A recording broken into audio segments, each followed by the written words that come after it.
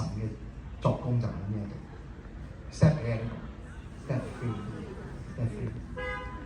做完 set free， 跟住點啊？收割啦，要割韭菜啦，收割啦，真係同你埋單。大家聽到頭先我係有抑鬱症㗎嘛，成日都 on and off 仲會病發㗎嘛。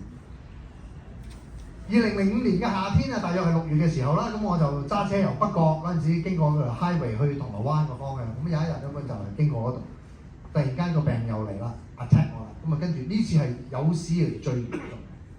嗰個眼淚咧個量咧係大到係睇唔到前面嗰條路，好危險嘅。咁我仲有意識，因為佢真係喊緊嘅時候就冇意識㗎啦會。我覺得仲有意識嘅時候唔得啦，又嚟啦咁，因為慣咗啦，又嚟啦，我就將個車駛埋喺個路嘅一邊嗰度，然後打4個燈等後邊嗰啲車 pass by 經過，就唔會害到人啦，係咪？好辛苦啊！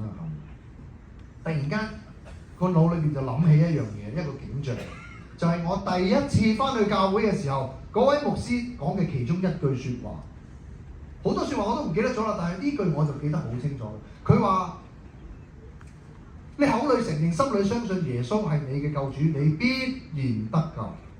佢講過呢句嘢，我突然間諗起呢句嘢，咁可以點做咧？耶穌喺邊啊？以前我唔知，但係嗰刻我感受到 He's around， 佢喺我周圍。咁點禱告咧？我唔識禱告。有咩儀式啊？我唔識啊！你哋會講阿門係咪？我連呢樣嘢我都唔識，但係唔緊要嘅。將你最需要嘅嘢，你內心最渴求嗰樣嘢，你就咁講俾佢聽啦。就好似一個細路仔同爸爸講嘢，你最想要乜？你直接要同爸爸講，佢一定應你。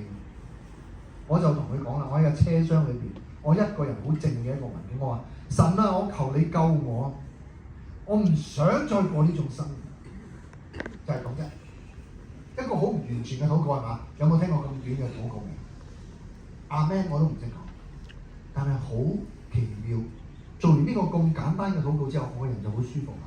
咁你話係，其實喊完之後就乜事都冇，以往都係咁樣。跟住起碼我過咗呢一關先，然後我就繼續開車，繼續過我嘅生活，等下一次嘅病發。但係我話俾你聽，經歷過一次之後，2005年嘅6月。我過咗2個禮拜冇嘢，3個月冇嘢，半年冇嘢，1年冇嘢，而家係2025年，就嚟20年啦。呢個病經歷過一次之後，從來再冇翻過嚟。哈利路亞，榮耀歸於我哋嘅上帝主。哈利路亞。一個唔完全嘅禱告，就可以將呢一個咁多都市人都受困擾嘅患疾。奪去好多人性命嘅患疾，就係咁拯救啦！